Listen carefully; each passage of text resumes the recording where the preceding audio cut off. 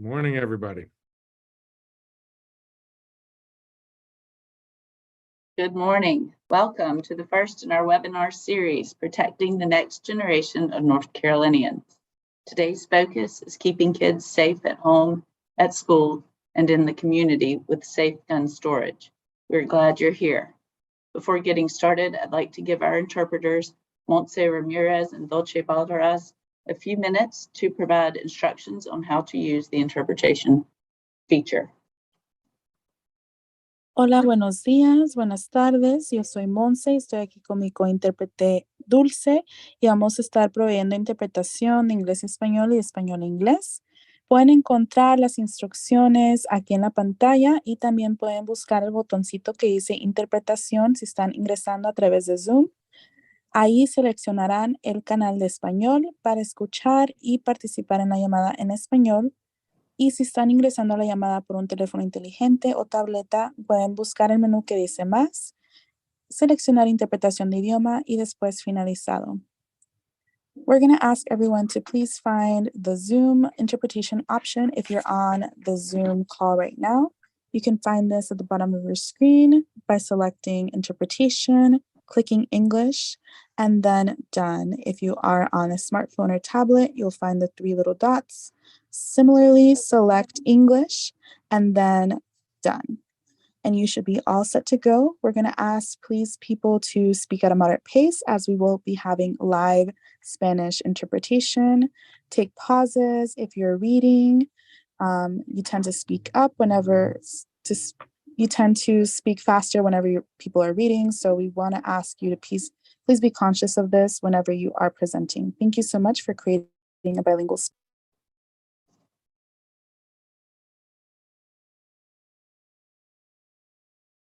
Thank you. Just a few housekeeping notes. The webinar is available on both Zoom and YouTube. YouTube live stream can be accessed at youtube.com/NCAGO/streams. This link is also available on the registration page. Transcription is available on Zoom and can be turned on at the bottom of your screen.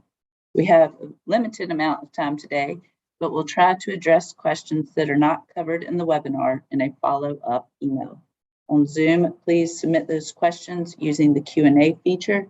If you're joining on YouTube, please email questions to outreach@ncdoj.gov. In addition to any follow-up questions, we will also share a recording of the webinar after the presentation. We are honored and excited to have a great group of presenters today, North Carolinians who are passionate about educating the public on safe gun storage and helping to keep our kids safe. Each of the presenters brings their own background and connection to this important issue, and we look forward to hearing more from them in their presentations. And now we're pleased to welcome Dr. Shanika Moore-Lawrence, President of the North Carolina PTA, who has a few opening remarks. Good morning, everyone. As it was stated, my name is Dr. Shanika Moore-Lawrence. I am a proud parent of a 19-year-old son. I am a proud 23-year educator, and also I am the proud president of NCPTA, the oldest and largest child advocacy organization in our state. And I'm very excited to be here to welcome you to this very important webinar. And NCPTA is appreciative of this opportunity and this space and the cause for which we are all gathered today. It is my great pleasure to introduce to you Attorney General Josh Stein.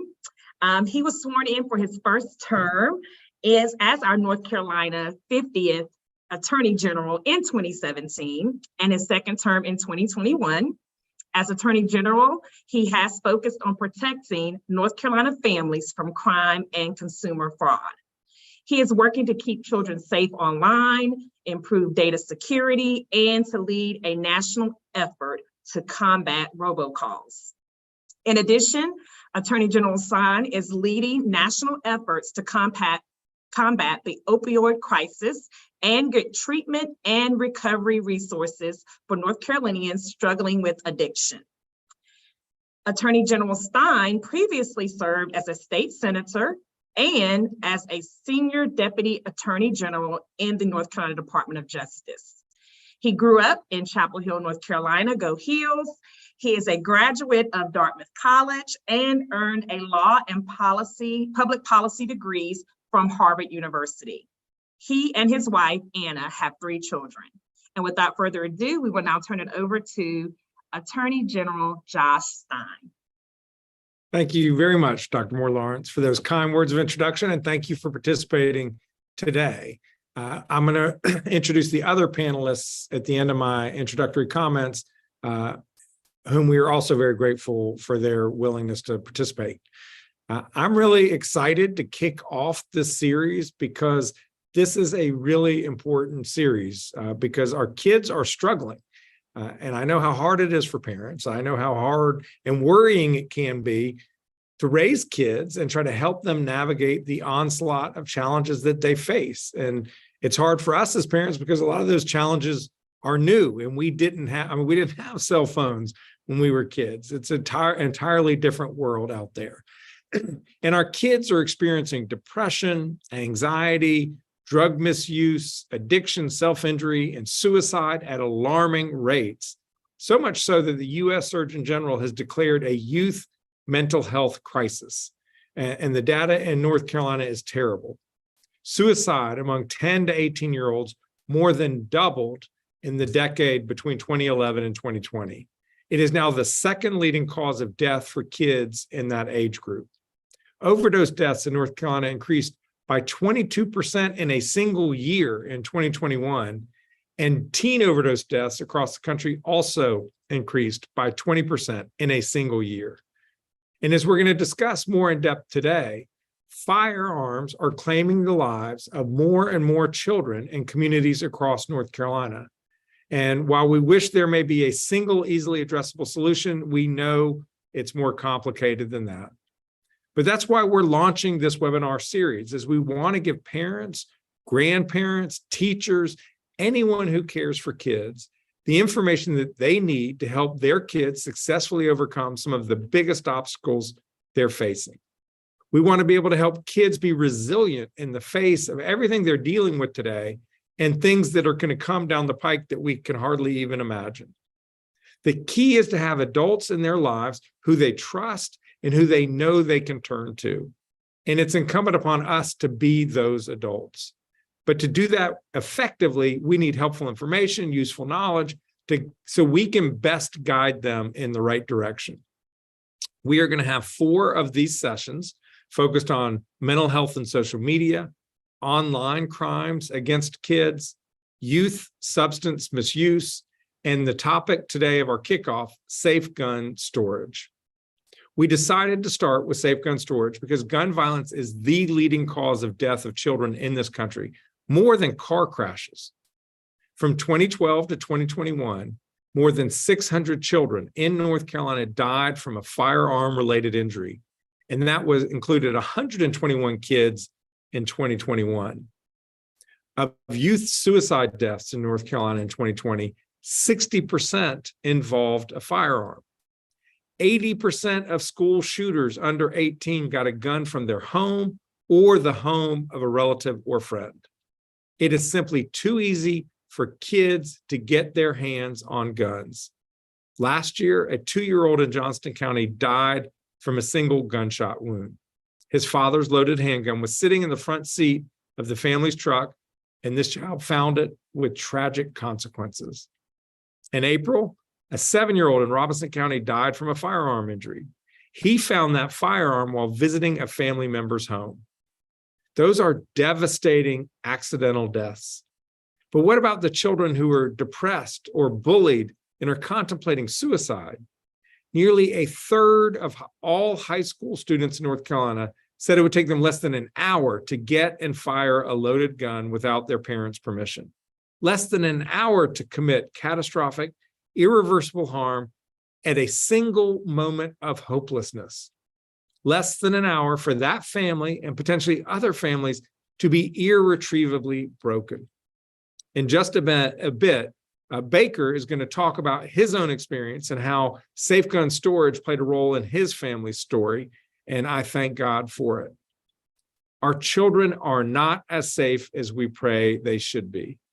And there's a lot of work ahead of us to prevent gun violence in communities across our state. But the one thing we can all do today to make our kids a little safer at home, at school, and in our communities is lock up our guns. We must promote safe storage and responsible gun ownership. And that's what our panelists will talk more about today. We have a parent advocate who is focused on youth mental health, and as I mentioned, has lived experience with his son that he's going to share with us so that we can be better prepared to help our own kids.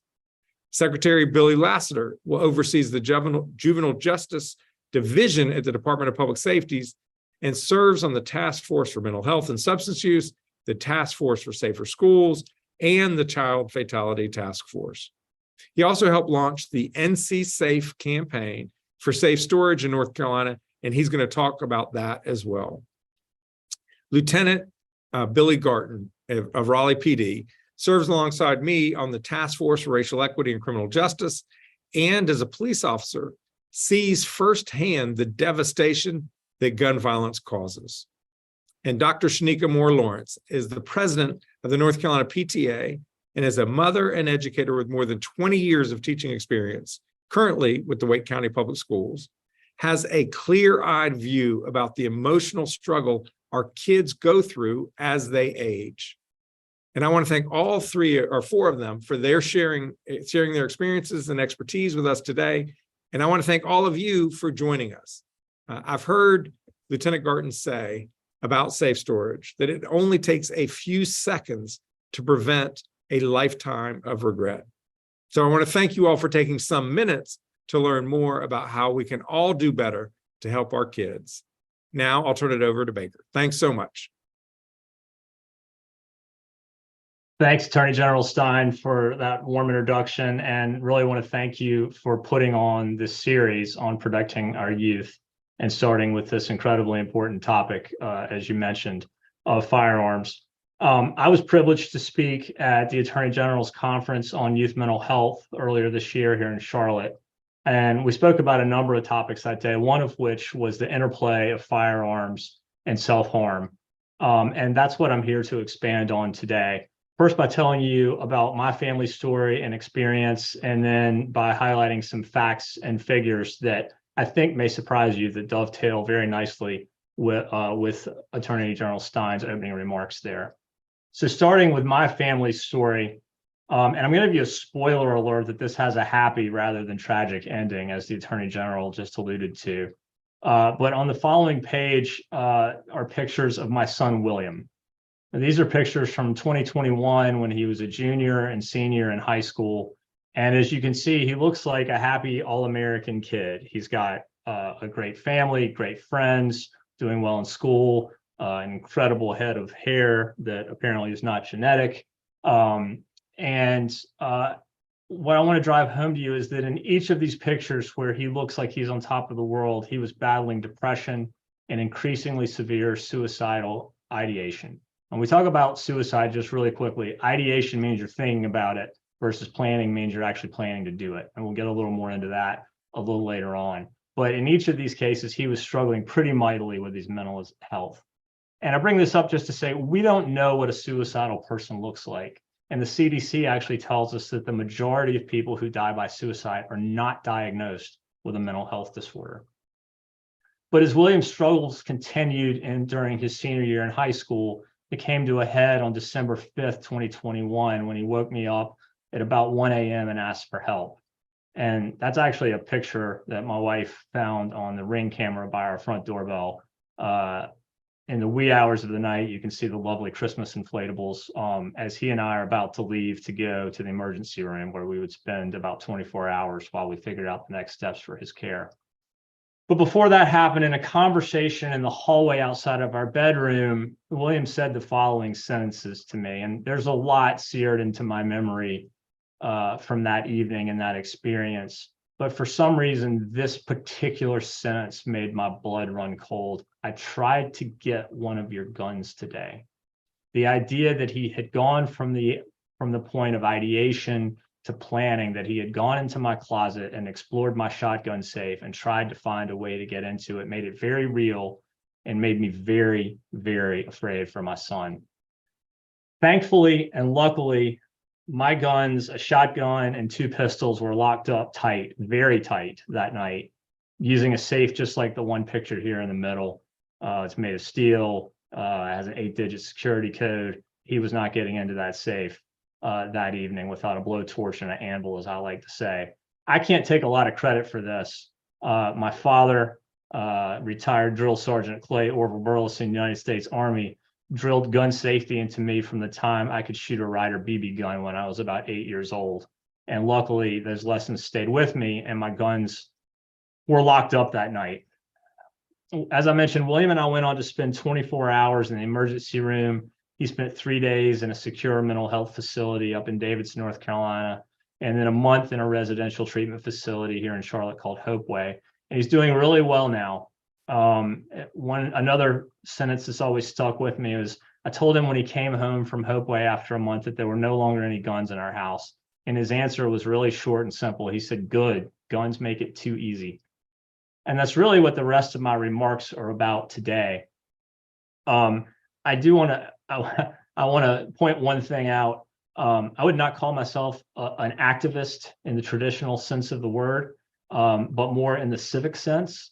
And I'm probably not what you think of when somebody thinks of a gun reform activist. As I mentioned, I am a firearm owner. That is a picture of my actual Heckler & Koch P39 millimeter. I have my concealed weapons permit, though I don't think I ever use it. And prior to 2017, I was a registered Republican. I'm now registered independent. You can figure out why that changed in 2017.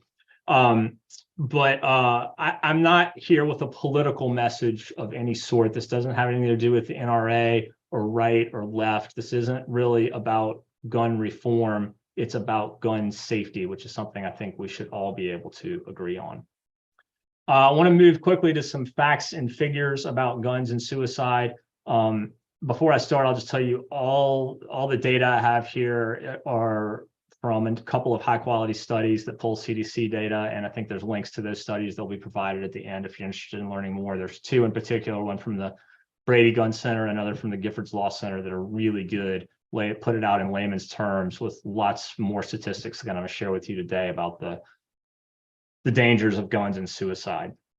So would you be surprised to learn that over half of gun deaths in the US are suicides? They are. Of the nearly 50,000 gun deaths in the US in 2021, over 26,000 were suicides.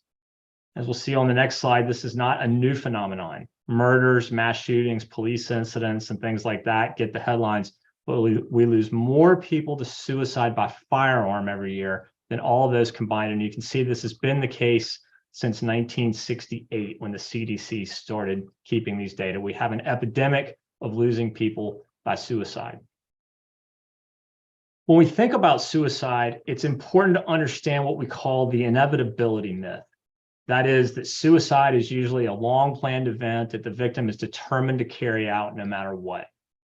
The truth is, most suicides are impulsive, and this is incredible listening to Attorney General Stein's remarks about most kids said they could get to a gun in an hour. Well, the statistics say that over 70% of people who decide to, of people who decide to kill themselves, 70% do it within an hour.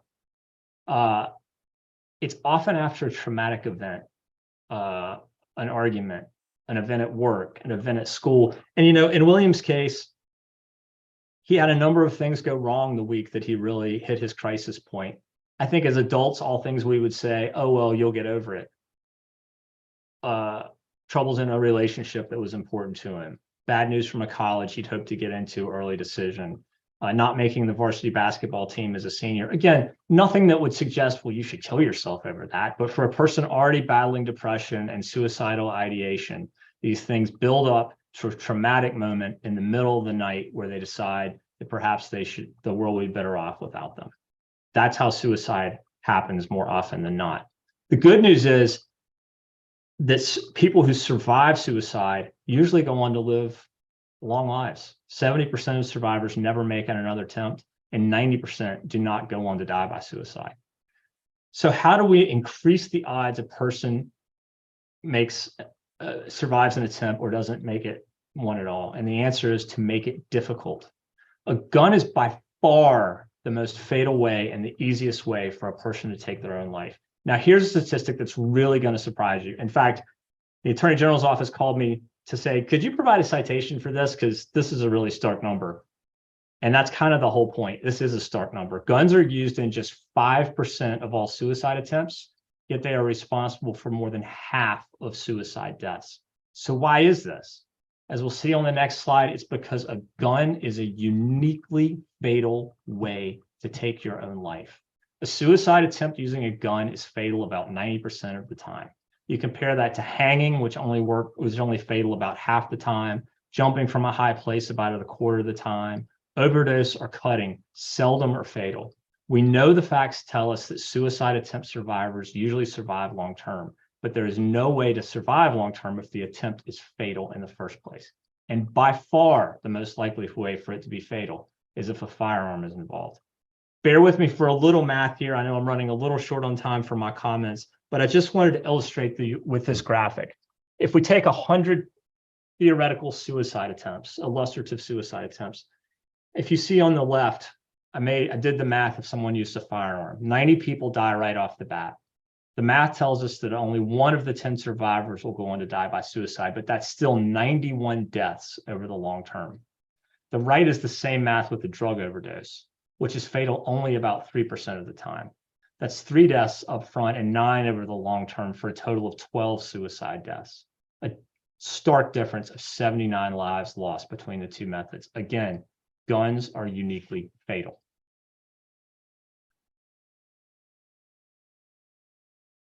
I'm going to run out of time here, but one thing I want to stress is what we've seen in different countries across the world and in different methods of removing means to suicide is when we take away the means to an easy suicide, we actually reduce the suicide death rate. Again, this goes back to the inevitability myth. In Great Britain in the 1950s, when they began to put safeguards on gas ovens, which was a common way for people to commit suicide in mid 20th century Great Britain, they didn't just see people go from, well, I can't kill myself in an oven, so I'll kill myself by jumping off a bridge. Actually saw the number of suicides go down. Same when we put in bridge barriers at different places, like the Golden Gate Bridge. You don't just see the way that someone kills themselves move from method A to method B, you see the entire rate drop. And as we've talked about here, I think I've made clear, by far the most fatal way for a person to attempt suicide is with a gun. So if we can keep the guns locked up, we can reduce the suicide rate. So just a few things I want to leave you with to take away from this. We talk a lot about suicide prevention. My wife and I have become mental health advocates, especially focused on adolescents and youth, following our son William's lead. He's got a Substack newsletter that's really good about mental health, where he's chronicled his journey. And there's a lot of questions about why. Why are kids depressed? Why do kids want to kill themselves? Those are difficult questions. They're way above my pay grade, though I try my best to help people with it. But removing the how is not so difficult. If we take away access to guns, we actually save lives. Obviously, as I've said before, not a partisan point. Doesn't matter what political party you're in, whether you're a member of the NRA or whether you're the most strident anti-gun person in the world, we should all be able to agree that guns need to be stored safely. And then number 3, just what can we do as parents, as educators, as police officers to make this happen? And I focused on 3 things: educate, explain to people how dangerous guns are in a suicide or to a depressed person. Number 2, encourage people to lock up their guns. It might seem like an awkward conversation, but heck, we live in a world where a few years ago it became totally normal to ask somebody if they were vaccinated or not. So I've become very comfortable when people ask me what they can do to protect their kids. One of the first things I ask is, do you have a gun? Is it locked up? Is the ammunition locked up? Is it locked up separately from the gun? These are really important things, and they're really easy steps that people can take. And I don't think we should be bashful about encouraging them to do it. And number 3 is enable people to take these steps. We need to be providing safe gun storage access any way we can, whether that's safe cable locks, gun trigger guards, etc. So those are the things I hope you'll take away from my comments. I'm going to turn the podium over now to Deputy Secretary Lassiter for his thoughts. And thank you again for listening, and thank you all for being here to help protect the next generation of North Carolinians. Good afternoon, everybody, and thank you for joining us today. And I want to thank the Attorney General for hosting this meeting today and the upcoming webinars that are coming up to safeguard our young people. That is our mission in juvenile justice each and every day, is to make sure that our young people have a safe community to grow up in, and that we provide the right services to the right kids at the right time. So thank you, Attorney General, for hosting these webinars. I want to thank Baker for telling that story. I know that takes a lot of courage, and I'm so thankful that his son is in a good place now, and that is because of a great decision that he made of safely storing his firearm. I too was drawn to this work because of a tragedy, and unfortunately, the situation that I went through was did not end as well as Baker's did. When I was in high school, I had a friend of mine that was going to see a fight that was occurring right after school. The administration pushed the fight off of campus and right next door to the park, and a young man at that fight pulled out a gun. My friend was just there to go and see and observe what was going on, because that's what kids do. They want to go see what's happening in the when there's a fight at a school. And so my friend went and tried to observe that. A young man pulled out a gun and shot, he said, up in the air. It happened to hit my friend in the chest and took his life, Brian Green, who was a classmate of mine. And because of that, I've been drawn to this work of trying to really figure out how do we do more to make sure that we can push down gun violence in our communities, and especially in our schools. And as the Attorney General said, I served with him on the Safer Schools Task Force. He's been a great partner in that work that we've done throughout the years. He talked about a lot of the data, so I won't spend a whole lot of time on the data, but I did want to show it to you in real terms so you could really compare what we're seeing as far as gun violence data in the state of North Carolina and compare it to the national average. And so the red line that you're seeing on this chart here shows the North Carolina homicide rate for child homicides in the state of North Carolina, and it compares it to the national rate. And you can see for the last 10 years up until 2019, 2020, we were right in line with the national average as far as the homicide rate among juveniles in the state of North Carolina. But all of a sudden in 2020, we saw this big uptick in the number of homicides that were occurring among our juveniles in the state of North Carolina in comparison to the national average. On the next slide, you can see this shows you the homicide rates and how they skyrocketed in the state of North Carolina due to firearms with our young people. And so a couple of things I want to emphasize here. 600 young people died in the last 10 years due to firearms in the state of North Carolina. All of those, one could argue, could have been prevented by the simple act of safe storage, because young people are not supposed to have firearms in the first place. And so we're seeing this increase in the number of homicides that are occurring, but it's not just homicides. We're seeing a lot of kids that are going to the emergency room also because of firearm related injuries. So as the Attorney General said, it's the #1 injury death killer of kids under the age of 18 in the state of North Carolina now. And that is also true nationally. And so we know that this is a problem. And if I was to tell you that there were 600 kids that are dying of something that we think we can prevent, I think everybody in the state of North Carolina would get behind, let's get to that solution and figure out what that is. And so you can see the emergency room visits have also increased. So on the next slide, this just kind of emphasizes some of the statistics that we know about safe storage and gun possession in the state of North Carolina. Overall, in the state of North Carolina, about 42% of all households have a firearm in them. Of those 42% of households, what we know is 50% of them do not store that firearm effectively. They don't use safe storage and they leave the firearm loaded. As the Attorney General was talking about earlier in his remarks, and as Baker emphasized, a lot of kids, about 30% of them, said that they could get access to a firearm in less than an hour. And some of those are coming from their own parents' homes, but some of those are coming off the street or being stolen. And the #1 place that kids are getting stolen firearms are from vehicles. What we saw last year was that 60% of those firearms that were taken off of juveniles came from stolen firearms from vehicles. And of those vehicles, what we found was that about 62% of those vehicles were not even locked. The kids stole those firearms from the front seat of a car in an unlocked vehicle. And so the simple steps that we're asking you to take today is lock up those firearms in your home. And if you do take that firearm with you, then use a safe storage device in your vehicle, or take the gun with you so that it's not left on the front seat of your vehicle and an easy target to be stolen. As the Attorney General talked about earlier, we saw that data as far as where the firearms are coming from, as far as school safety events and school violence events. Most of those are coming from the child's home. But this data shows you that 30% of those guns of kids said that they can get a gun in less than an hour. This data that I want to show you here really emphasizes the point that we're seeing, and why we think that homicide rate is increasing among our juvenile population is because kids are getting far more access to guns than they ever have in the past.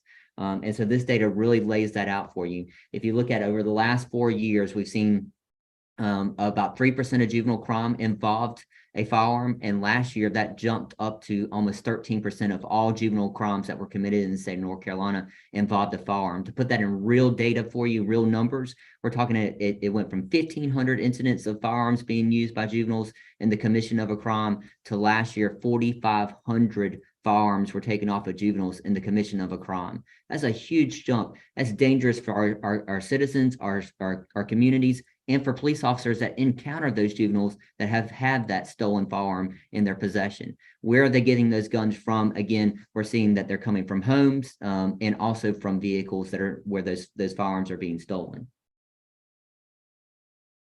So what are we trying to do to address this problem in the state of North Carolina? As the Attorney General spoke about earlier in his remarks, we started a campaign that's called NC Safe. NC Safe stands for the Secure All Firearms Effectively. This is a campaign that we started earlier this year in June. The governor helped us kick off the campaign, and it has a number of different components to it, and I'll emphasize a couple of those for you. The first one is the Safe Storage campaign itself, where we're trying to emphasize to the public why it's important to secure all firearms effectively. As part of that campaign, we're distributing cable locks just like this one across the state of North Carolina. So far, we've already given out 25,000 cable locks to citizens in the state of North Carolina. We've also provided safe storage safes that people can use. The campaign itself is commercials that we're putting on TV, PSAs, public service announcements that we're doing. We're using social media. We're even using the gas pump videos that you watch while you're pumping your gas to get that message across that safe storage is very important. But I can't emphasize enough what Baker said in his closing comments. It is so important that your role as a citizen in the state of North Carolina, to talk to your neighbors, to talk to your community members about why you think it's important that safe storage occurs.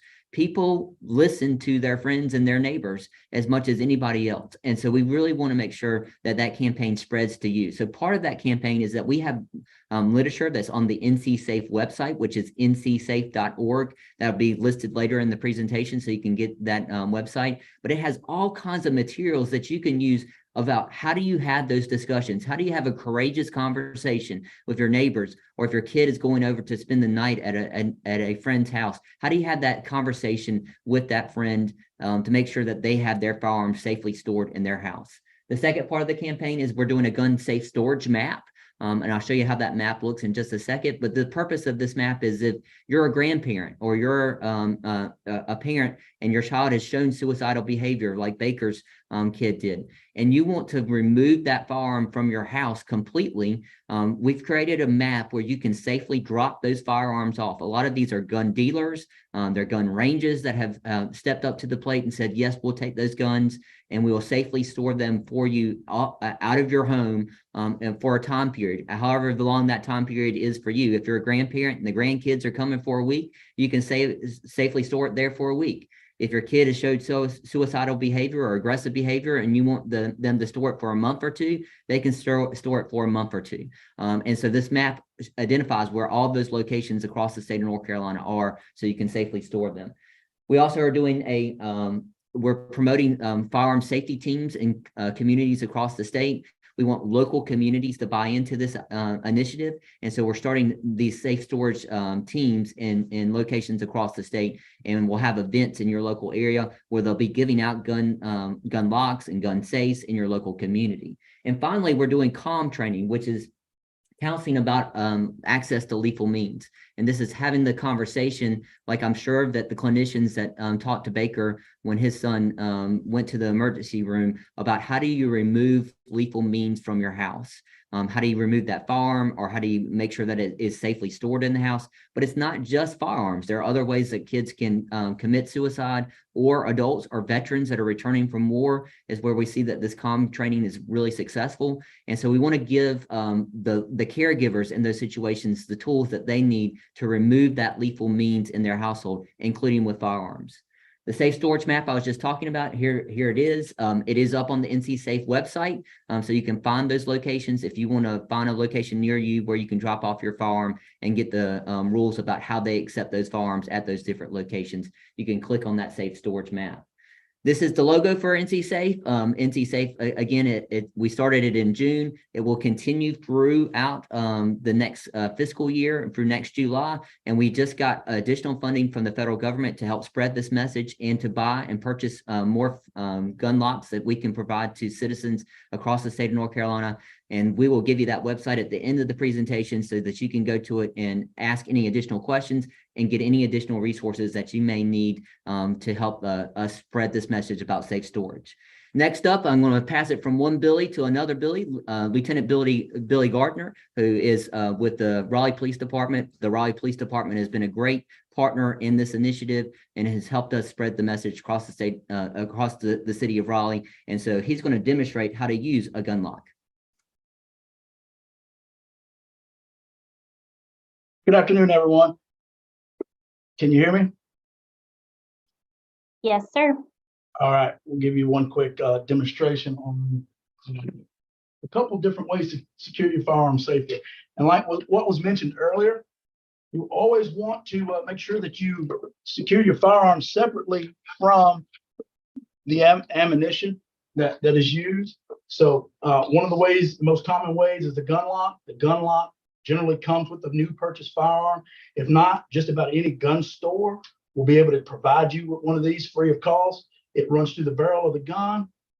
If you were to use it on a revolver, you wrap it through just like this, and you simply put it in, you lock it, and the key gets stored wherever you go, right? Never leave the key. There's no good hiding place for keys or guns, all right? One of the other ways to secure a firearm would be in a safe.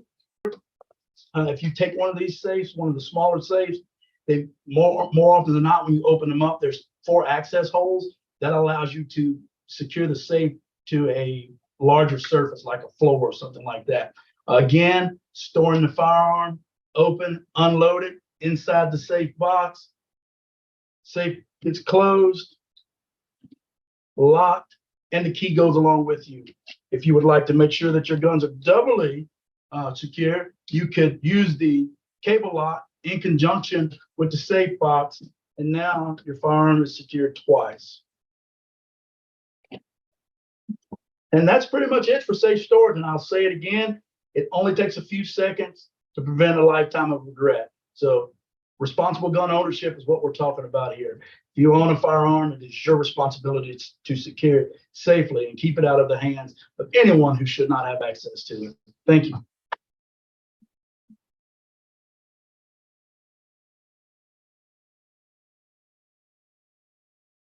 Thank you, everyone, for joining us today. We hope the session was informative. Many thanks to our presenters. We have these additional resources listed here, but along with the recording of this webinar, we will include those in a follow-up email. It will also include responses to questions not covered today and a quick exit survey. Again, this was the first in our series, Protecting the Next Generation of North Carolinians, and we hope that you will join us on November 1st as we hear from experts on protecting our children from online crimes, including sexual exploitation, trafficking, and sextortion. You can register for that event at ncdoj.gov/nextgen webinar. And please share this link with family, friends, and colleagues you think may be interested. Thank you again. Apologies for running over. We appreciate your interest in this important